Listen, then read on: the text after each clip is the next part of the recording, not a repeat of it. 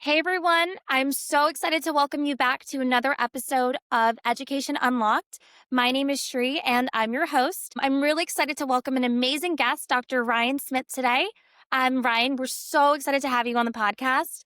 And before we dive in, I would love for you to do a quick introduction and share a little bit about your background. So, welcome to the show. I'm so excited to have you on here.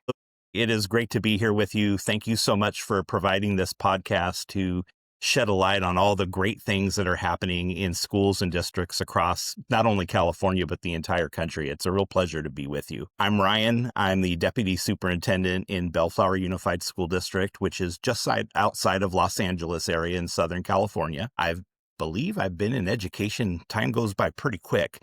About 30 years. I don't know where that time has gone. I've served in roles from basketball coach to teacher to principal to assistant superintendent. I've also served as a superintendent and deputy superintendent currently. I love what I do. I love the people that I work with, and I love being in a business, quote unquote, that is all about kids and all about students and achievement and making their lives better. It truly is the the best job in the world. I would love to learn a little bit more about your journey into education, right? Was there a spark or something when you were younger that you were like, oh, I know I want to go into the classroom. I know I want to be, a teacher and eventually go into administration. Was there that one kind of, teacher or story that you can share with us that I'd love to learn a little bit more about too? Well, thank you for asking. My journey into education was not an expected one. I remember when I graduated from high school, I had this kind of vision of being, I don't know what I wanted to be. Was I going to be like a business guy? I figured, okay, I'll be a business major in college. Not really excited about that, but kind of thought, well, that's just the way to go. And so I was a lost freshman in San Diego in college, didn't know what I wanted to do, and was taking some classes again around business and just didn't like it at all. But one thing that I did really like was basketball. I played basketball all through high school, and part of me always thought it'd be great to continue to be involved. And so in college, I used to hang around the gym quite a bit. And there was a college assistant basketball coach, Randy Bennett, who's now the head coach at St. Mary's College, been there for a long time. And Randy basically made a call on my behalf to a local high school and said, hey, here's a guy that's looking for an opportunity. I was 18 at the time. Here's a guy that's looking for an opportunity. I heard you could use some help. And then basically I got connected and started coaching freshmen and ultimately JV basketball and then varsity basketball at the age of 18. And when I started coaching, I had a mentor at the time, a real great mentor and friend, who said, look, if you love coaching, you really are going to have to be a teacher. If you really want to do this, you're going to need to be a great classroom teacher. And he said, what's your major? And I remember telling him business. And he goes, no, you're not going to get a teaching job being a business major. And I said, well, I like history. And he goes, no. There's plenty of history teachers. Because if you really want to be in education, you really want to be a teacher, you need to get a math degree, a science degree, or even special education. And I thought to myself, wow, of all of those, math is probably what comes easiest to me. So I changed my major and got a math degree, and then ultimately kept coaching along the way. And that led to my very first teaching position. And then the rest is kind of history. That's amazing. And given the fact that you were so young and you kind of were able to figure out that passion, when you were in college and kind of make that switch over, that's amazing. And then I guess also, as you were kind of continuing your growth across education, you picked up leadership along the way, right? Now are a superintendent. You grew into that role. Was there also something that kind of transitioned you from being in the classroom to going into administration? Was there that mentor or also that push that, got you excited about that? Because I know it's a change of pace. I'm sure, being with students and then now you're, managing pretty much like a business. You're managing the entire, district and certain elements of that district too. Yeah, absolutely. Mentorship and opportunity is a theme, and that's why that is so important to me, that we always give back. Those that helped you up, you have to help others up as well. I remember when I was teaching and coaching, there was a part of me that I loved it. I absolutely loved it. But there was a part of me that also wanted to do more. and beyond my own classroom, beyond the gym, how else could I become involved? And the principal at the high school that I was teaching and coaching at said, look, if that's something you're interested in, you really want to give back and you really want to do more and have more influence at a school with shaping, leadership and things like that, you ought to consider becoming an assistant principal. And I'll never forget, he gave me the opportunity to basically shadow the assistant principals and then ultimately release me for a couple of days from my teaching duties to help out. And I remember feeling so official. He gave me a radio. That's a big deal to an assistant principal. You have your radio. I'm walking around on campus with my radio, um, pretending to be an assistant principal. But I loved it. And that made me really want to go down that route. And so I pursued my admin credential and then eventually got my first assistant principal position in Orange County. And then that led to my principalships and then eventually moving into district leadership and district administration. But every step of the way, I've had people that have thought about me, that have opened those doors, that have encouraged me and have lifted me up. And that means so much to me. And that's why moving forward as a leader, I'm always trying to pay that forward to the next generation. That's amazing. And I know that you've had so many different experiences across different districts, right? From Monrovia to Paramount to now Bellflower, has there been anything that you've seen across working those different districts that has informed your perspective about innovation in schools? And I know that, you're someone who's super innovative. You come in, you brought so much, awesome, new programs and initiatives for your students that you think about. But then, is there some kind of something that you've seen across all these districts or all these different areas where you're like, okay, this is going to be how I want my students to learn and how I want them to innovate? Was there something that you've done or you kind of felt like, has been really awesome that you've seen across all those districts too? Well, I think one of the things that every district that I've had the pleasure of serving has in common is every district has incredible people in it. And every district has initiatives or programs or offerings that are doing remarkable things for kids. And sometimes what can happen, though, is those amazing things might not be as connected to one another as you would hope that they would be. So in terms of coherence across the system, school to school, throughout an entire district, sometimes you don't have the connection that you really would hope to see, because that becomes a piece for equity, is that you don't want one school to have these incredible learning experiences for students that are not on par with what's offered in a similar school in the district, in another school in the district. And so one of the challenges for district leadership is to be able to enable the conditions and to be able to set a very clear vision, a very clear mission that really ties those things together to ensure that you have the autonomy that you need at each school site, because each school site has a different culture, has different needs, and has different aspects to its community. So you want to allow that autonomy, but at the same time, you want to drive every school forward with a common mission and a common understanding of what it is that we're trying to accomplish for kids. And that's where I've really felt that the strategic planning process is such a critical process, to be able to bring a large group of diverse stakeholders together to really spend time thinking deeply about those things, to identify what is it we want to be as Bellflower Unified or Paramount Unified or whatever district it happens to be able to get everybody swimming in the same direction. And another aspect that comes with that is really shining a light on those amazing things, because a lot of times in districts, not everybody knows, that, oh my gosh, we have kids over here, learning how to fly airplanes in high school. And we have kids over here that are on their way to becoming the next master chef. Not everybody knows what those opportunities are. And so along the way, it's communicating those outstanding things that are happening, shining a light on them, and then putting the conditions together to get them to grow. That's amazing. And going off of that too, right? A lot of times, because you kind of played so many different roles, you've seen firsthand how you can connect HR, culture, and leadership together, right?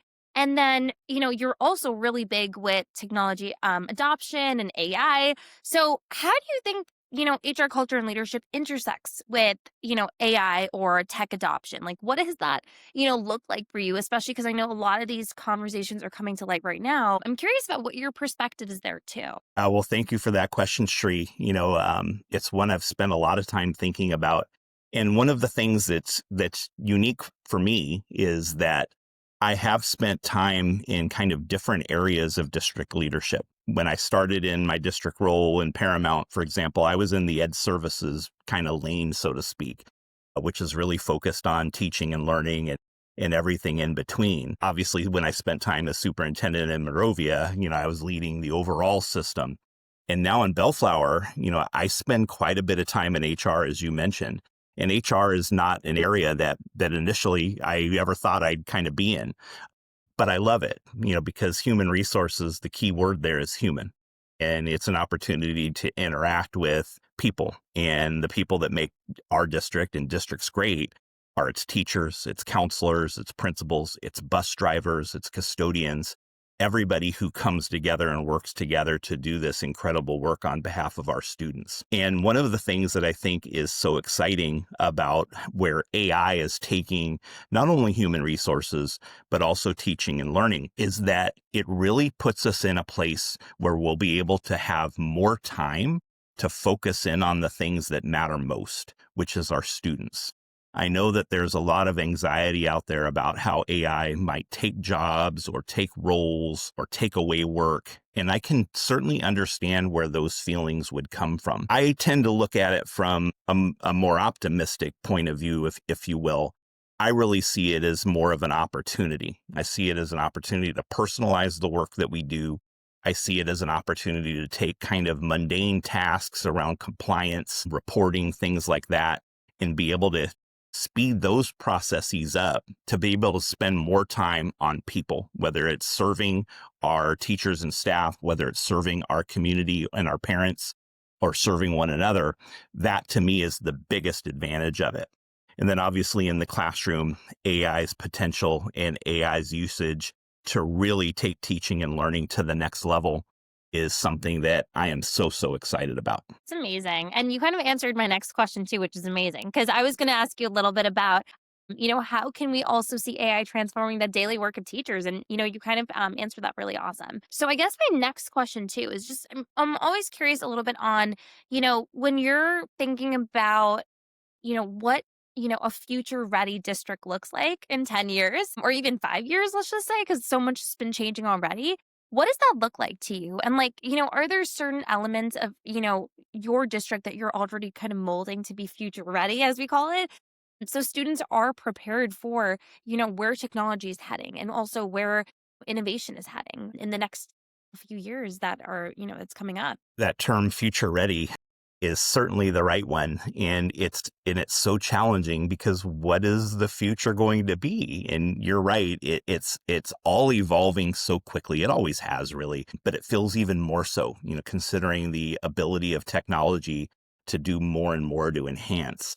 And so one of the things that I think that districts really will have to kind of grapple with as they go down this road is really thinking differently about what it means to be college and career ready.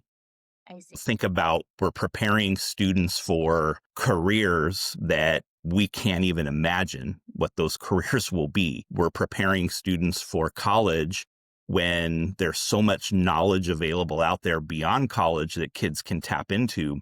What is the role of post-secondary education? So I think where districts really have to be mindful about as they kind of navigate the next 5 to 10 years and beyond is really thinking differently about what our graduate level expectations are. So when students graduate from a school district and we hand that diploma, what does it really mean when we say that this person is ready to step into the quote unquote real world? What skills and competencies do they have? Are they able to find information on their own? Are they able to discern what information is coming to them? Do they have the foundational knowledge for success, reading, writing, literacy, mathematics, numeracy? Can they interpret data? Are they good collaborators? Are they creative enough that they can be able to create something that didn't exist? Entrepreneurship, I think, and you're a great young entrepreneur. I think entrepreneurship is going to become something that's even more critical in our community and our society. So we have to think differently about what our graduates are going to need to possess to be able to go into that future. And I think equipping them with the widest variety of skills and competencies is going to be most critical, because what we think we're going to be sending them out to in 5 years might not be what we ever thought it would be, or 10 years. And so, but what will remain constant are skills, competencies, abilities, the ability to think clearly, the ability to comprehend, understand, communicate. All of those things will be more essential than ever. They've always been important. We've always been guaranteeing those things, but now it's more important than ever that we're able to ensure that every student has a high level of ability in each of those. Really exciting to hear. And I think at the same time, like the way that you approach that and the way that you're thinking about that is very methodical, because you can kind of be very strategic about how you want to slowly implement it, right? Maybe it's like semester after semester, it's like little new things that we're adding in there. And I think when you do so much at once, it can get overwhelming. But when you slowly bring it in, people start to see, oh, this is great. Like, let me start to embrace this. Let me start to get this in there. And I'm also kind of curious too, right? Because you have definitely worked across so many different team settings and so many different groups. I think what I'm most curious about too is, have you noticed certain misconceptions, about AI, like that you've even seen when you're kind of presenting or talking about the work that you want to bring in from other educators, or even, teachers or other district leaders or even county members? I'm curious to see what that's looked like for you, when you've started to, see that and you're presenting this, and, what are some of those general misconceptions you've heard or even thought about AI, as they kind of come to life too? It's such an interesting question. And there are a lot of misconceptions out there. You're so right about how you characterize that. I think one thing that I hear and my colleagues hear a lot are, oh my God, we're so far behind in education. And they're right to an extent, but completely wrong on another level. And let me explain. When it comes to our students aren't behind with AI. Our students are using AI right now. They're using it in ways we never expected. Offline, you and I kind of had a chat about, how some students and college students are using a tool that Codely provides, Nala AI, in ways you didn't even think that tool could be used, which is incredible. But students are using AI. They're using tools like that to help themselves each and every day in various ways. So in that respect, it's not really that schools are behind, because students are really moving along. But what there is an element of truth is that school districts, or sometimes the educators that are working with students, might be a little bit behind in their own usage. But even then, we have to be careful not to paint a broad brush, because there's plenty of AI usage among teachers, among clerical staff, among administrators, plenty of usage. But what separates us is we might not all be pushing in the same direction with how we're using AI and how we're thinking about using AI. And so that's where I feel like there is truth that we are behind, because sometimes the common vision about this is what we believe AI can do for us, and this is how we envision AI being used and how we think it will fit. Sometimes that conversation is a little bit behind where it should be. And there's been a lot of great districts that have pushed forward in this area. Santa Ana Unified, under the former superintendent Jerry Almendarez, for example, some incredible work around AI usage. And there's others like them. So everybody's at different stages. I feel like in our own district, we're just now beginning. We know students are using it. We have some Mhm. pretty incredible teachers that are pushing forward with using it. And it's a really great point to be in our district, because people want more. And so now we're Right. starting to put together our team, and I'm really excited about the work that lies ahead to bring all that to life. And we're thinking of it in lanes, with one lane kind of being policy. Our board was very proactive. We had our former board president, now he's our board clerk, Brad Critchfield. He did a really great job with our board members of really saying, hey, let's get out in front of this and get a solid policy that provides the guardrails and definitions for us. So we've gone down that lane and will continue to. And now we're really starting to think about how AI can be used with teaching and learning and with productivity. So we're thinking of it from that approach. And we're really excited about the work that lies ahead to get our coalition together and really start putting that work together to help our teachers really help our students build upon the foundation that they already have. That's awesome. And I actually just checked out, some of your writing that you shared, which is about the 3 lanes of AI leadership. Well, everyone, for our listeners, they can check that out. Ryan has really awesome work across the 3 lanes across policy, teaching and learning, and productivity. So I'm really excited to, share that, and we'll definitely link that across the podcast at the end too, which is awesome. And now I just want to transition a little bit into talking about, culture, right? Because it's something you are kind of part of every single day. And, I guess one question I do have for you is, you've said that HR is culture. What does that mean, for, a superintendent or a deputy superintendent when you're building a culture across an entire district? I mean, that's awesome. That comes in terms of families and parents and students and teachers and your administrators. It's awesome. So, how do you really build that culture, that morale, that excitement for your community? And what are some fun ways that you've done that across the district too?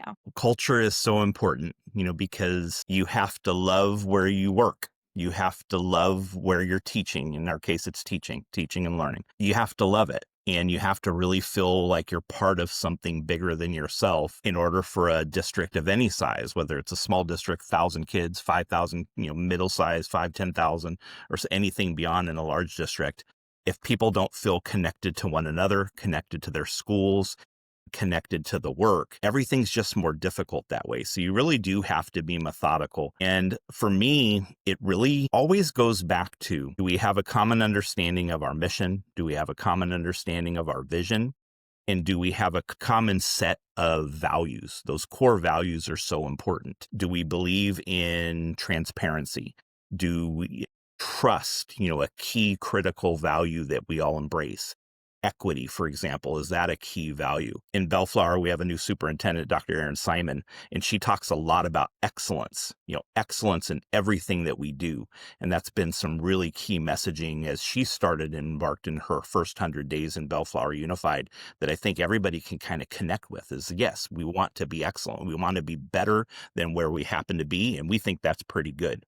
So that's a really critical starting point. And HR, I think, plays a really key role in that. One of the things we've tried to do differently, under my leadership with human resources, and I have a great team, 2 great executive directors, Frank Olmos and Shante Knox.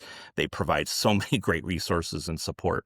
But we've tried to provide some different opportunities to be able to build that district culture. So, for example, last year we started our very first ever comprehensive district job fair and community resource fair. And that was a fantastic opportunity where we opened up our doors to the community and said, hey, we have jobs, come on in.